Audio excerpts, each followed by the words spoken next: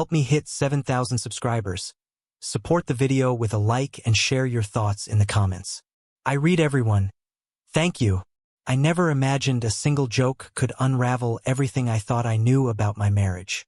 My name is Dexter, I'm 38, and I've been married to Clara for 10 years. 10 years of laughter, love, arguments, compromises, but always, I believed, a foundation of respect. Or at least I thought I did. It was a Saturday evening, and Clara and I were invited to a friend's birthday party. Nothing out of the ordinary. Cocktails, music, old friends catching up. But something in the air felt different that night. Maybe it was me. Maybe it was her. I didn't know yet, but I could feel the tension before it even arrived. The party started innocently enough. Our friends were chatting, laughing, toasting, the usual. Clara looked stunning in a deep emerald dress, her laughter bright and sharp as ever. I couldn't help but smile. I always did when she carried herself like that. We danced briefly, exchanged some drinks, and for a moment, I thought maybe the evening would be simple like old times. Then it happened. We were standing near the food table when she spotted an old friend of hers, a man named Harrison, charming, polished, undeniably confident. I'd met him a few times before, perfectly pleasant, but I never imagined him as anything threatening. Clara's eyes lit up when she greeted him, and something in her tone that had always been reserved for me. The teasing, the playfulness, shifted. And then she laughed. "Dexter," she said, leaning into her glass of wine with a smirk.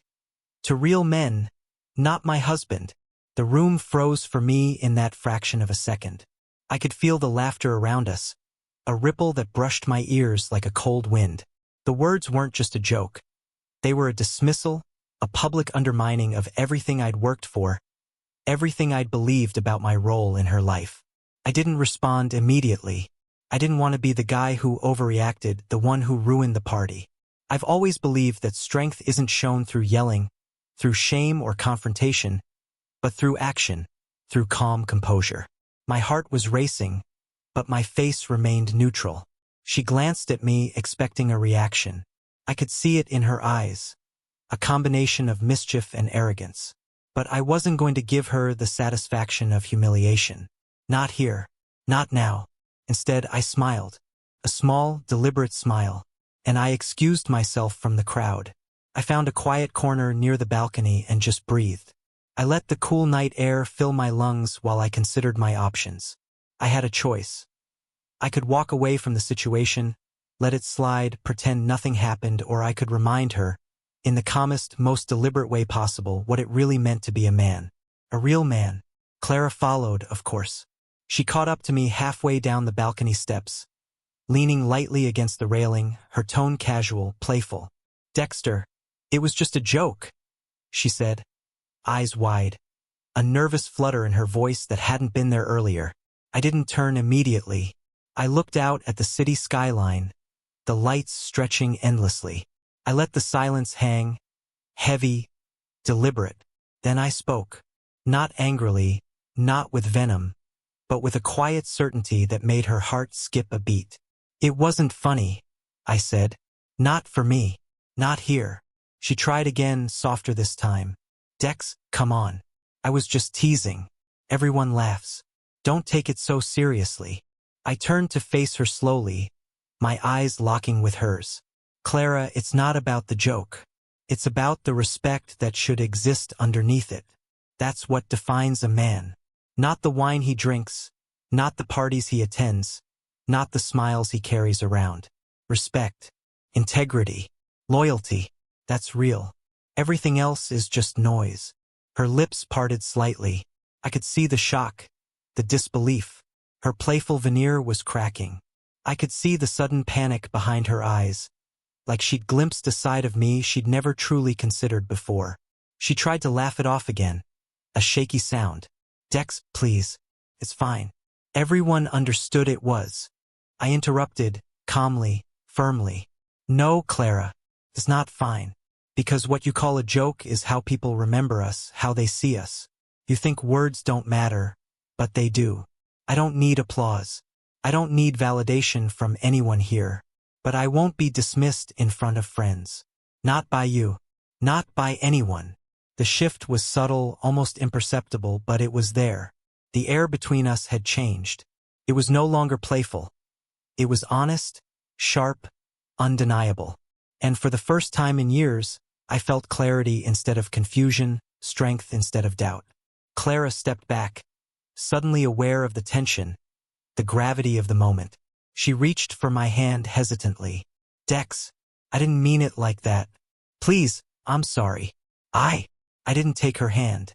I didn't respond immediately. I let her apology hang in the air, tasted the weight of it.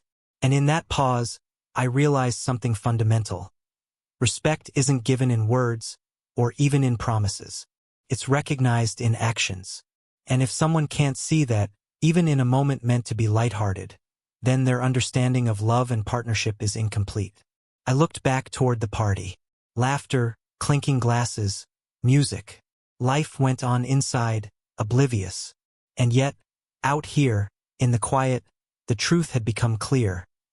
Some lessons can only be taught through presence, through self-possession, through the quiet demonstration of one's worth. Clara's eyes searched mine, anxious, pleading, and in that instant, I made a decision that would define everything that followed. I didn't speak immediately. I let Clara linger in that moment of uncertainty. I wanted her to feel the weight of the words she thought were harmless, the truth behind the laughter she believed was playful. It wasn't about embarrassment or pride. It was about boundaries, about self-respect, about showing her and everyone else what real strength looks like. Slowly, deliberately, I took a step closer, but not too close. My movements were calm, controlled, purposeful. Clara flinched slightly, caught between relief and fear, between recognition and guilt. She swallowed hard, her usual playful confidence evaporating under the weight of the silence. "Clara," I said softly, but with a firmness that carried through the night air. "Real men don't prove themselves in a joke. They prove themselves in how they carry themselves when no one's applauding. They prove themselves when respect is tested, not when it's given freely." Her eyes shimmered with unshed tears, and she bit her lip. I could feel her heart racing, just as mine was, but mine was steady in resolve, hers unsteady in realization. She hadn't expected this. Not from me. Not at a party. Not when she thought I'd just laugh along and dismiss it. But I wasn't dismissing it. I never do. "I want you to understand something," I continued. "I've loved you for 10 years. I've celebrated your successes, held you through your failures, laughed at your jokes, comforted you when no one else would. But love doesn't mean submission.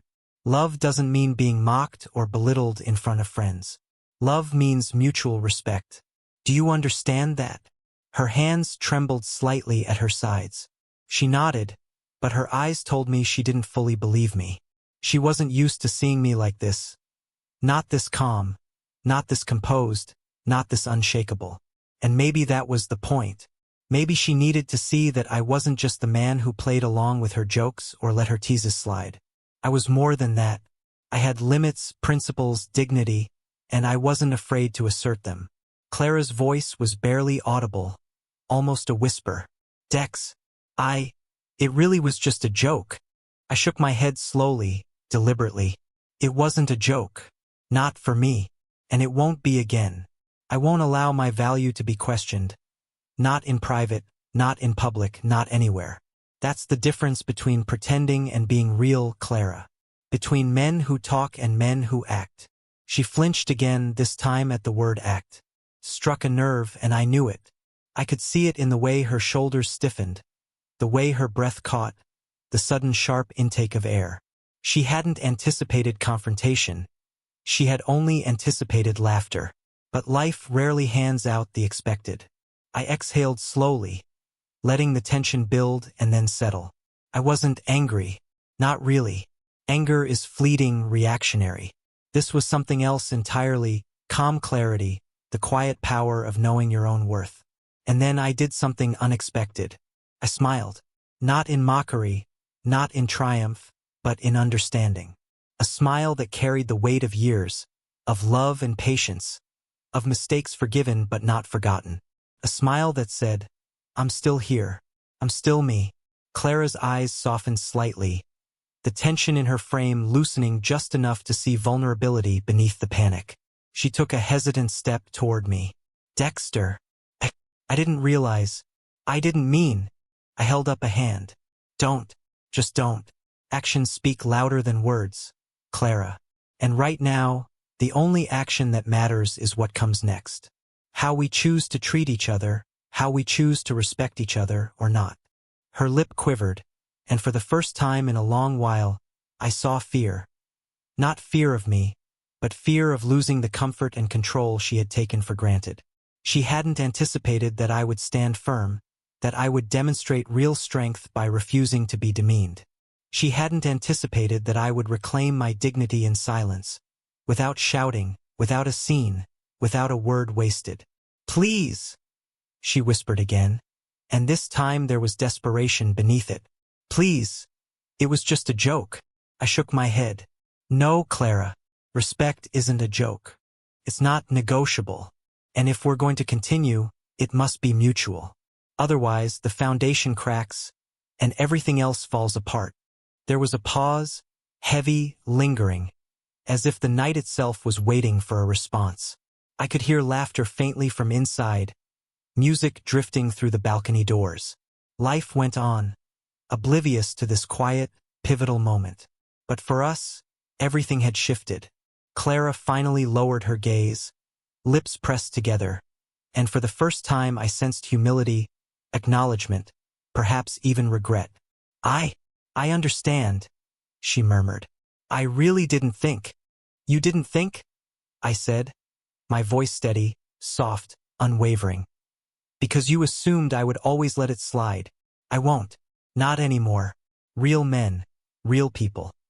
Act when it matters, even if it's uncomfortable, even if it's hard. Her eyes brimmed with tears now, the first honest expression of emotion I'd seen from her in months. I didn't move closer. I let her feel the weight of her own actions. I let her confront the reality of her words. And in that quiet, deliberate distance, I felt something profound. A sense of power not derived from dominance, but from self-respect, from calm certainty, from the quiet knowledge that I had drawn a line and I would not step back. For the first time that night, Clara's playful smile vanished entirely. The joke had ended. The lesson had begun. And in that moment, I realized something vital. Respect isn't demanded. It's demonstrated. It's earned. And if someone can't recognize it, even in something as small as a casual jest, then they are yet to understand the meaning of love, partnership, and what it truly means to be a man.